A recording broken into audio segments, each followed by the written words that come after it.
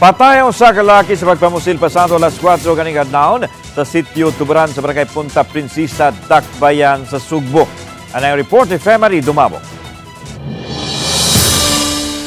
Sa investigasyon sa Labangon Police Station, gingong nakig-inom ang biktima uban ang pipila niya kasilingan. Diyang miabot ang usa ka lalaki ug gipusil sa biktima. Nakadagan pa ang biktima apan naapsan sa gamay nga agianan ug gipusil sa makadagang higayon. Mato di Police Major Eranio Regidor, hepe sa Labangon Police Station 10, nga ang kalambigitan sa ginadili nga drogas mao'y gitumbok nilang motibo sa krimen.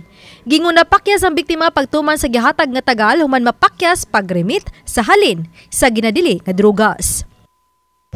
Gilitid ni sa Dakle, galing kasal magisingil o kabayat. Samtang mukantidad sa 10.2 milyones pesos sa ginudahang shabu ang nasakmi sa Talisay City Police, gikan sa 22 anyos nga babae sa Barangay Bulacao, Dakbayan sa Talisay, pasado alas 12 ganihang kadlawon.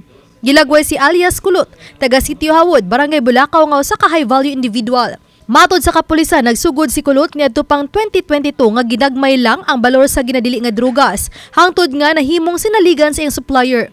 Makabaligya matod pa ang dinakpan og 2 ka kilo sa shabu matag simana. Oba ni Cleofer Lumayag, Femari Dumabok. Balitang Bisdak.